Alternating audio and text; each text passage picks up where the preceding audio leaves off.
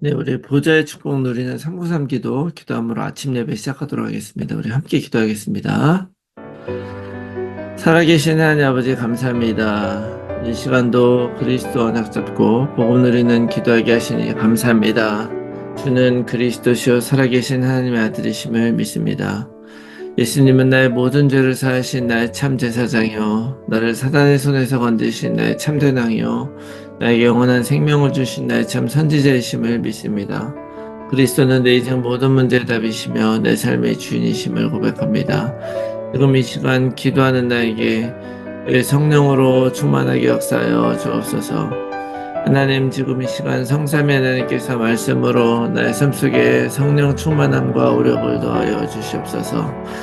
말씀을 선포하시는 성부 하나님, 그 구원의 말씀을 성취하시는 성자 그리스도 예수님, 말씀으로 나와 함께 하시는 성령 하나님이 영력, 지력, 체력, 경제력, 인력으로 충만하게 하사 237 나라 5천 종족을 살리게 하옵소서. 하나님, 지금 이 시간 기도를 통하여 보좌의 축복 9가지가 나에게 택생되게 하여 주시옵소서. 보좌의 축복 시공간 초월 237 살릴 빛이 내게 충만히 임하여 하나님의 형상과 생기가 회복되어 원래 주셨던 에덴의 축복이 임하게 하옵소서. 그래야 나와 교회와 현장에 전무후무한 응답을 주옵소서. 하나님, 지금 이 시간 보좌의 축복이 실현되어 30대 살리는 축복의 증인이 되게 하옵소서. 늘 생명력이 넘치는 강단 말씀이 선포되게 하셔서 목회자와 함께 교회를 살리게 하옵소서. 그 선포된 말씀을 붙잡은 중직자를 통해 교회와 현장과 산업이 살아나게 하옵소서. 그리하여 렘넌트가 일어나 전 세계를 살리고 미래를 살리게 하옵소서. 오늘도 언약 잡고 기도하는 우리들에게 최고의 축복을 부어주시고 축복을 볼 수 있는 영안과 믿음을 허락하여 주시옵소서. 하나님, 자녀의 기도를 반드시 응답하시며 성령으로 역사하실 줄 믿습니다. 이 모든 말씀을 예수 그리스도의 이름으로 기도합니다. 아멘. 찬송가 458장 우리 함께 찬송하겠습니다. 458장입니다.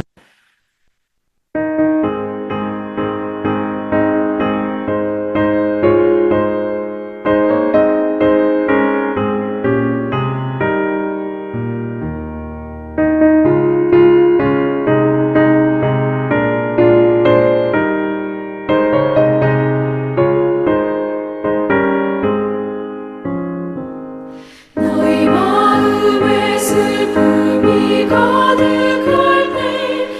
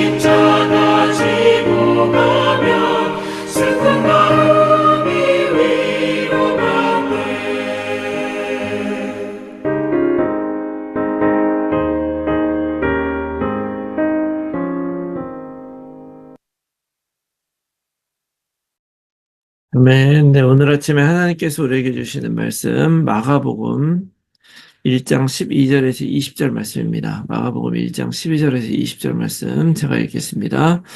성령이 곧 예수를 광야로 몰아내신지라 광야에서 40일을 계시면서 사탄에게 시험을 받으시며 들짐승과 손과 함께 계시니 천사들의 수종들더라.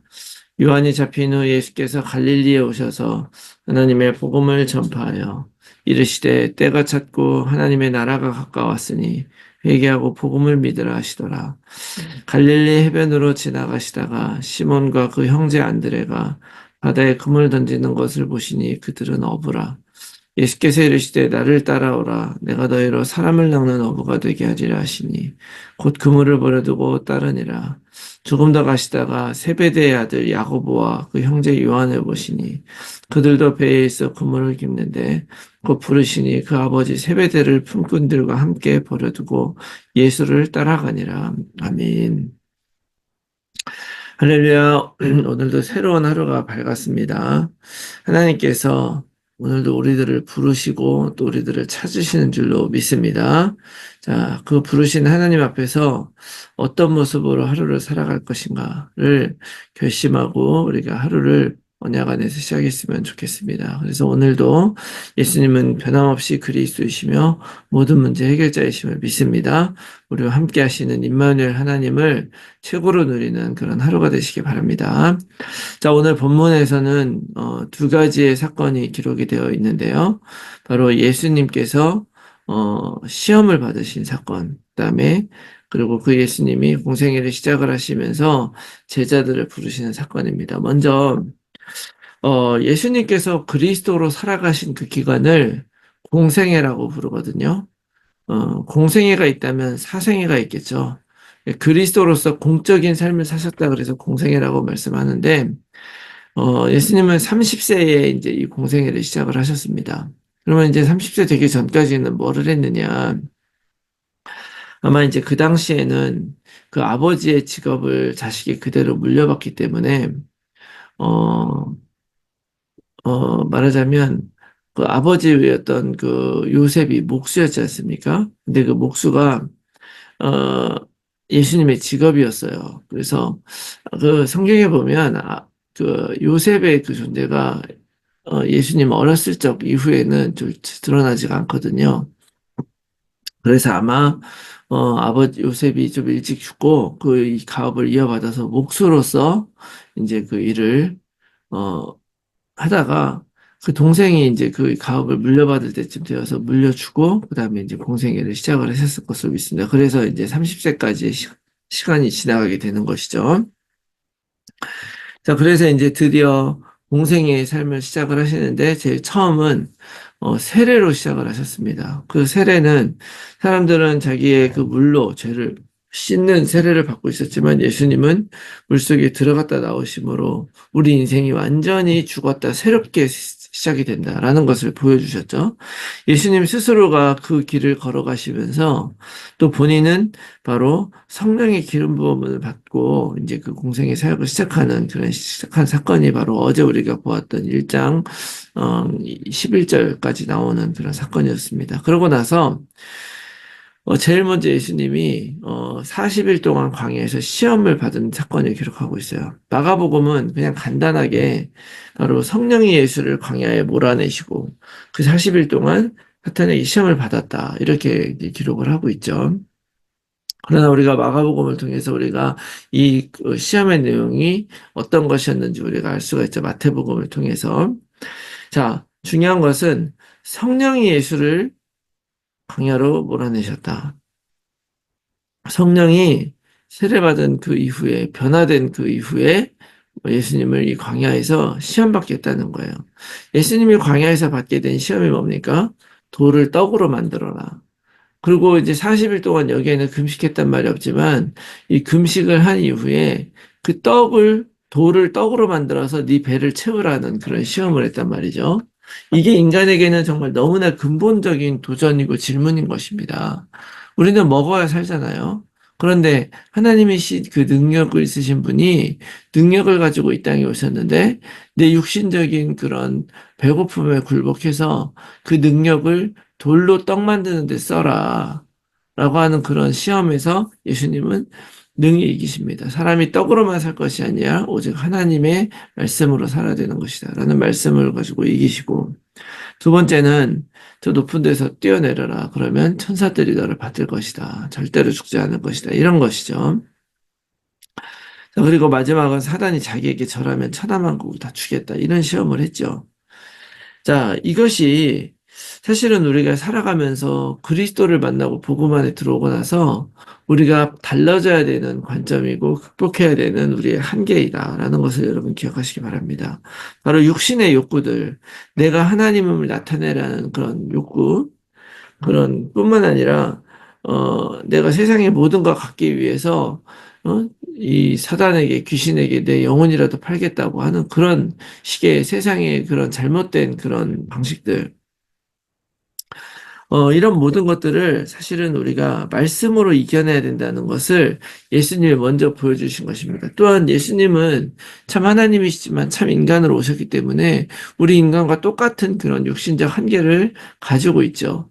그러나 그런 한계를 정말 뛰어넘어서 하나님의 힘을 나타내는 그분 아니겠습니까? 바로 십자가 달려 죽으시고 부활하시기까지 그런 삶을 살아갈 수 있을 만한 그런 첫 시험의 단계를 바로 성령은 하나님은 먼저 하게 하시는 거죠. 그런 의미에서 우리들도 마찬가지입니다. 이 말씀을 보면서 우리들도 이런 것들하고 싸워야 되죠. 배고플 수 있고 삶이 어려울 수가 있습니다. 근데 살기 위해서 먹으라는 것 아니죠. 살기 위해서 먹는 것이 아니에요. 내가 정말 먹기 위해서 내가 버려서는 안 되는 것이 있는 것입니다. 내가 아무리 배가 고프고 하더라도 내가 지금 잠깐 그 돌을 떡으로 만드는 능력이 있다 할지라도 그것을 떡으로 만들어 먹는다 그래서 잠깐 내 인생이 영원히 죽지 않는 것 아니고 진짜 영원한 것은 영원한 생명을 주시는 하나님을 만나는 것이다. 뿐만 아니라 어, 뭐 드러내려고 내가 신앙생활을 하는 거 아니죠. 그리스도를 만나서 신앙생활을 하는 것은 내가 어떤 명예를 갖고 내가 무엇이 되겠다는 것이 아닙니다. 우리 요즘에 이제 교회 임직을 놓고 많이 기도하고 있는데 뭐 집사에서 권사가 되고 안수 집사가 되고 장로가 되고 한다는 것은 내가 뭐 신앙생활을 하면서 이 정도 위치에 올라갔다라는 것을 의미하는 것이 아닙니다. 하나님께서 나에게 이 교회를 맡기고 교회를 또 이 교회의 중직자로서 하나님이 나에게 하고자 하시는 일이 있다고 하는 것이지 그것이 어떤 나의 성취나 계급이 될 수가 없다는 것 꼭 기억하시고요. 뿐만 아니라 나의 그 하나님과의 개인적인 관계 속에서 내가 응답을 받는 것이라는 것을 꼭 기억하시기 바랍니다. 또한 세상의 것들이 아무리 좋아 보이고 선해 보여도 하나님께 속한 것 아니라 사단에게 속한 것임을 기억하고 우리가 회복해야 될 것은 내가 가진 세상을 하나님이 통치하게 하시는 거예요. 하나님이 통치하지 않는 것 세상을 내가 갖는 것이 아닙니다. 이 사실을 꼭 기억하시고 그래서 이제 예수님은 이런 시험을 이기신 다음에 드디어 이제 첫 번째 메시지를 하시는데 그 메시지가 뭡니까? 때가 찼고 하나님의 나라 가까이 왔으니 회개하고 복음을 믿어라. 돌이키라는 것입니다. 이전까지 내가 나의 삶을 책임져야 되는 것 같고 내가 먹어야 되는 것 같지만 이제부터는 그리스도로 임하신 그 하나님이 나로 하여금 먹게 하시고 나를 살리게 하시고 내 인생의 방향을 인도하신다는 것을 믿고 이제 삶의 방향을 돌이키는 거예요. 그리고 복음을 믿는 것이죠. 그것을 보여주는 사건이 바로 뭐냐? 16절부터 나타나는 제자를 부르시는 사건입니다. 자, 이들은 베드로, 안드레, 야고보, 요한. 나중에 이 베드로와 야고보, 요한은 예수님의 최애 제자 3명이 되죠. 이 세 사람들은 어, 어부였고요. 그들이 하는 일이 있었습니다. 그들은 자기들의 그물을 가지고 그 물고기를 잡고 있었어요. 그런데 그들에게 찾아가서 예수님은 약속하세요.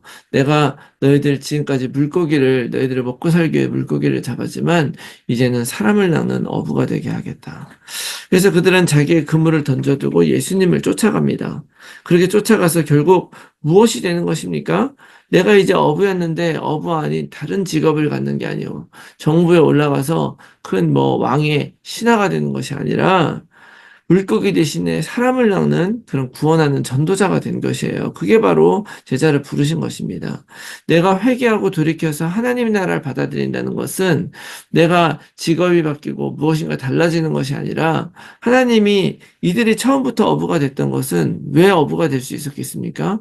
그들을 창조하신 하나님이 갈릴리 바다에 태어나게 하셨고 그 근방에서 그 어부의 일을 배우게 하시고 모든 걸 인도하셨던 거예요. 하나님이 지금까지 우리에게 주신 것을 가지고 그들이 예수님을 만나니까 어떻게 됩니까? 그 고기를 잡는 그 기능을 가지고 세계복음화하는 증인이 되고 사람을 낚는 어부가 되는 것이죠.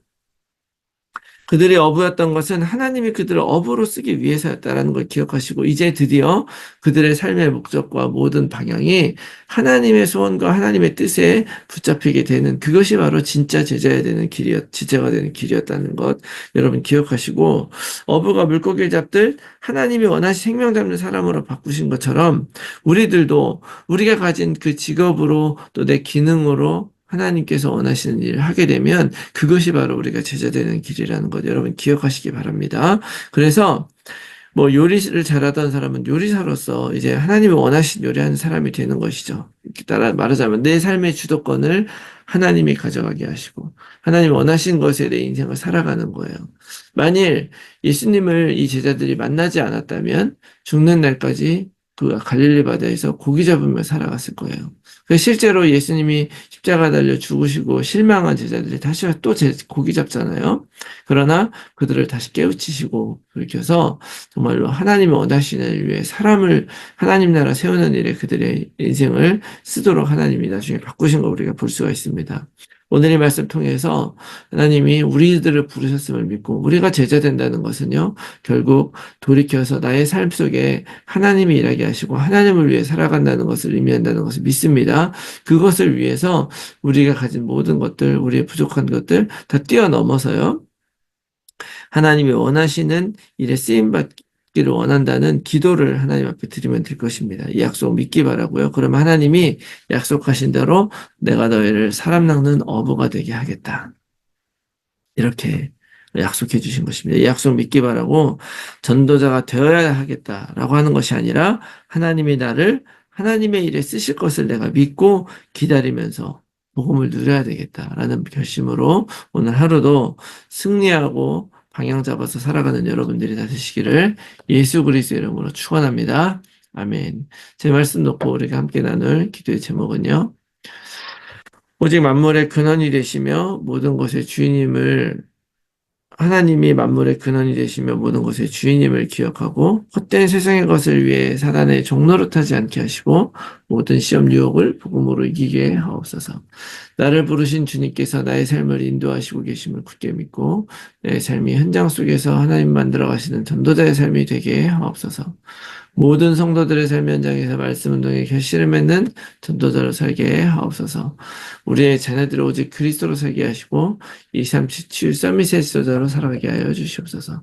불신자 자녀 또는 가족들이 복음 안에 들어올 수 있도록 성령께서 역사하시고 하나님의 시간표가 이를 때까지 오직 약속 붙들고 기도하게 하여 주시옵소서. 몸이 아픈 분들이 열간에 치유되어 힐링의 증인이 되게 하여 주시옵소서.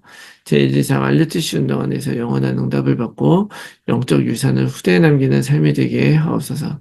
내 현장과 상황 속에서 정확한 복음에 집중하면서 하나님이 주실 응답을 기다리며 날마다 언약 안에서 걸어가게 하옵소서.